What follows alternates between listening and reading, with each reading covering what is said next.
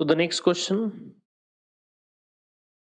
A sonometer wire is stretched by the tension of 40 Newton.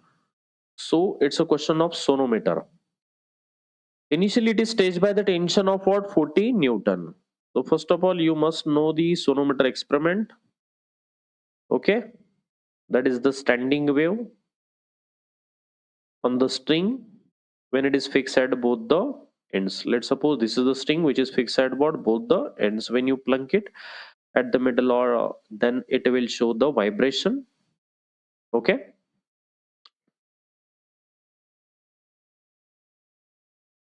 It will show the vibration like this.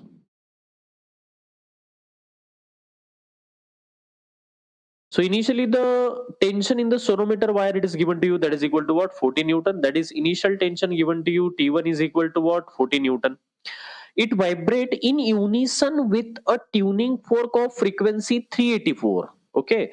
So इसका मतलब हमें क्या लेना है इस न्यूमेरिकल में कि ये जो ट्यूनिंग फोर्क है उसकी फ्रीक्वेंसी है 384 हर्ट्ज, और ये जो स्ट्रिंग है उसके साथ में यूनिसन, यूनिसन मतलब ये रेजोनेंस शो करेगा. ओके जब भी ऐसा दिया रहेगा word, it vibrate in unison with the tuning fork of frequency 384 hertz, इसका मतलब ये जो स्ट्रिंग है जब ये फंडामेंटल फ्रीक्वेंसी से वाइब्रेट होगा, उसके फंडामेंटल फ्रीक्वेंसी से जब वाइब्रेट होगा तब ये यूनिसन में आ रहा है with tuning fork of frequency 384 hertz. इसका मतलब डायरेक्ट इनडायरेक्टली आपको ये गिवन है कि ये जो ट्यूनिंग फोर्क की जो फ्रीक्वेंसी है, frequency of this particular tuning fork, इसको मैं एन से डिनोट कर रहा हूं 384 हर्ट्ज. ये जो फ्रीक्वेंसी है ट्यूनिंग फोर्क की, यही फ्रीक्वेंसी होगी वाइब्रेशन ऑफ द स्ट्रिंग की. ओके जब वो अपने फंडामेंटल मोड में होगा. ओके फंडामेंटल मोड में वाइब्रेट कर रहा होगा. ओके फंडामेंटल मोड मतलब इसका इस टाइप का मोड होता है. Okay it shows one anti node and what two nodes. इसके पास होते हैं ये टू नोड्स जिसका होता है फिक्स, ये कोई भी डिस्प्लेसमेंट नहीं शो करते. And the anti nodes which these are the points which are having the maximum displacement like that. Okay. So it vibrate in unison with the tuning fork of frequency 384 hertz. ये vibrate हो रहा है, ये जो sonometer wire है vibrate हो रहा है. Okay with frequency is equal to what? The frequency of the tuning fork. Vibrate मतलब रेजोनेंस में आ रहा है. ये एक्चुअल में प्रैक्टिकल में हम क्या करते हैं, ट्यूनिंग फोर्क को रबर पैड पे हैमर करके वहां पे रख देते हैं. तो ये अगर इसकी फ्रीक्वेंसी और उसकी फ्रीक्वेंसी, ट्यूनिंग फोर्क और ये सोनोमीटर वायर की फ्रीक्वेंसी अगर मैच कर गई तो ये वायर मैक्सिमम अपने फ्रीक्वेंसी पे मैक्सिमम अपने फ्रीक्वेंसी से वाइब्रेट करता है अपने फंडामेंटल मोड में. तो ये फंडामेंटल फ्रीक्वेंसी हमें सोनोमीटर एक्सपेरिमेंट से पता है. फंडामेंटल फ्रीक्वेंसी जो होती है वो होती है 1/2L√T/M. Okay, where L is the length of the string, T is the tension in the string, and M is the mass per unit length of the string. Okay, अब आपको बोला है how many number of beats get produce in the 2 second, 2 second में कितने beats produce होंगे if the tension in the wire is increased by 124 Newton. देखो अब यहाँ पे ये थी आपकी फर्स्ट केस न्यूमेरिकल की. अब न्यूमेरिकल में आपको सेकंड केस भी दी हुई है, एक अलग स्टोरी भी दी हुई है. ओके जहां पे आपको 2 पॉइंट मिलने वाला है. देखो सेकंड केस में हम क्या करने वाले हैं, और ये टेंशन बढ़ाने वाले. टेंशन की वैल्यू हमने कितने से बढ़ाई है. देखो हमने टेंशन की वैल्यू जो है in decrease by, not increase by, ये देखो वैल्यू जो है ना डिक्रीज की हुई है बाय 124 न्यूटन. मतलब हम इसको लिख सकते हैं T2 is equal to T1 minus 124. Okay जो वैल्यू रहेगी वो किस में रहेगी, तुम्हारी न्यूटन में रहेगी. क्लियर. तो डिक्रीज बाय मतलब ये आप इजीली कैलकुलेट कर सकते हो यहाँ पे कि ये जो इसकी जो टेंशन है जब ये प्रैक्टिकल परफॉर्म चल रहा होगा, जब आपने इसमें टेंशन की वैल्यू चेंज की है. क्लियर. टेंशन इनिशियली दिया था आपको 40 न्यूटन. ओके बाद में आपने इसको डिक्रीज किया है, कितने से डिक्रीज किया है, 1.24 न्यूटन से डिक्रीज किया है बाय. तो अभी इसको मैं लिख रहा हूँ, इनिशियल दिया था 40 न्यूटन, डिक्रीज कर रहे हो 1.24 न्यूटन से, तो सेकेंड टाइम जो टेंशन अप्लाई किया आपने सोनोमीटर वायर के ऊपर वो बन रहा आपका नियरली इक्वल टू 38.76 न्यूटन, बराबर। ये है सेकेंड टाइम टेंशन।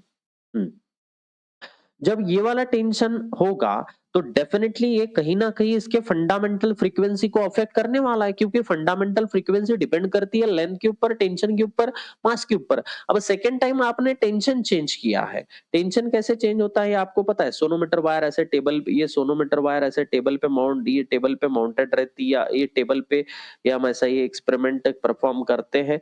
ये आपको पता है, ये दो पुलीज और उसके ऊपर ये सोनोमीटर वाली वायर, और ये इस तरीके से यहाँ पे एक पुली का अरेंजमेंट रहेगा, और इसको कनेक्टेड ये है कि आप यहाँ पे लोड लगाते हो, यहाँ पे जो भी आप लोड अप्लाई करोगे वही क्या क्रिएट करेगा, tension in the what string. इस तरीके से ये वाला एक्सपेरिमेंट परफॉर्म होता है।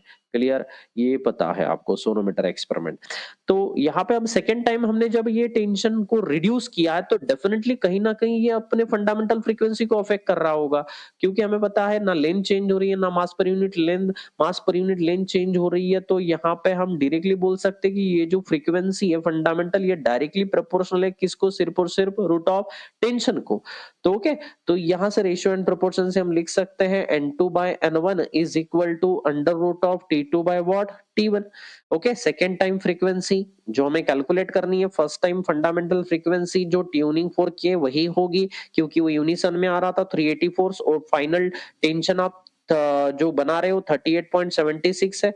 तो यहां से जो फ्रीक्वेंसी हमें मिलेगी, क्लियर, वो हम पहले यहाँ पे कैलकुलेट, T2 फाइनल टेंशन कितना कर रहे हैं आप, 38.76 डिवाइडेड बाय व्हाट, 40, क्योंकि रूट ऑफ टेंशन को प्रोपोर्शनल है, into what initial frequency N1। N1 की वैल्यू आपको ये गिवन है। इनिशियली जब इतना टेंशन था तब फंडामेंटल फ्रीक्वेंसी इतनी थी, अब टेंशन बदल रहा है तो डेफिनेटली टेंशन कम हो रहा है, तो फंडामेंटल फ्रीक्वेंसी ऑफ वाइब्रेशन वो भी कम होने वाली है।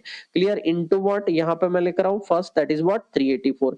इसको आपको पहले कैलकुलेट करना पड़ेगा। क्लियर, अब इसके आपके पास में दो ऑप्शन है। एक तो जहां 38.76 डिवाइडेड बाय 40 अगर करोगे तो ये वाली वैल्यू आ जाती है आपकी 0.984 इंटू 384 कर लो, इंटू व्हाट 384।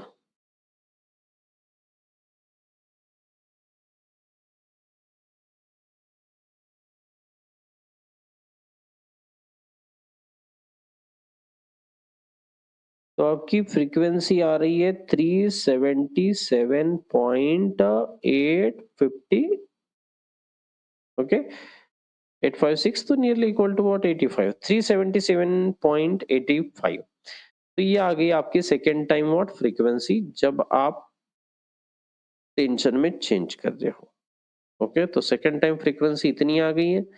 ओके, अब देखो, अब how many number of beats get produce in the 2 second if the tension in the wire is decrease by 1.24 newton. अब आपने क्या किया, फिर से वही ट्यूनिंग फोर्क रबर पैड पे हैमर करके आप फिर से यहाँ पे लेके आए, उसके पास लेके आए।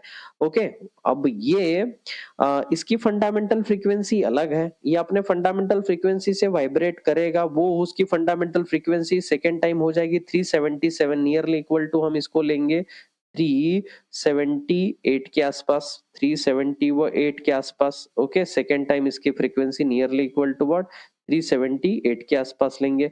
अब इसकी फ्रीक्वेंसी कितनी है बोलो, ये फ्रीक्वेंसी ऑफ ट्यूनिंग फोर्क की फ्रीक्वेंसी जो है वो है आपकी, ट्यूनिंग फोर्क की फ्रीक्वेंसी है 384। जब आप इन दोनों को ट्यून करके देखोगे तो दोनों के वाइब्रेशंस, मतलब दोनों के जो भी वेव्स निकलेंगे स्टैंडिंग वेव्स, वो कहीं ना कहीं ये जो दोनों के जो वेव्स होंगे दैट इज यहाँ पे वो प्रोग्रेसिव वेव कहीं ना कहीं जाके इंटरफेयर करके बिट्स बनाते हैं। क्लियर, और ये बिट्स आपको कितने सुनाई देंगे, that is nothing but the frequency difference. Okay, frequency difference between the tuning fork and the frequency of the fundamental frequency of that particular string। तो वो बीट पर सेकंड, पहले तो बीट्स, दैट इज बिट्स पर second, वो हम यहाँ पे कैलकुलेट कर सकते हैं। दोनों में फ्रीक्वेंसी का डिफरेंस, दोनों में फ्रीक्वेंसी का डिफरेंस कितना आ रहा, 384 माइनस ऑफ व्हाट 378।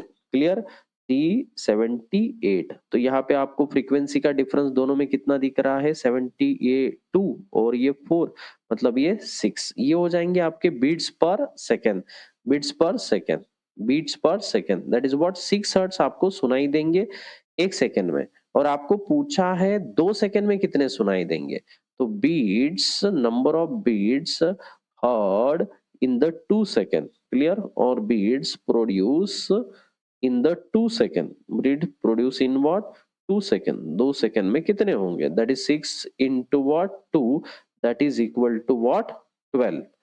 ओके, ये रहेगा आपका final answer. So thank you so much for watching this video.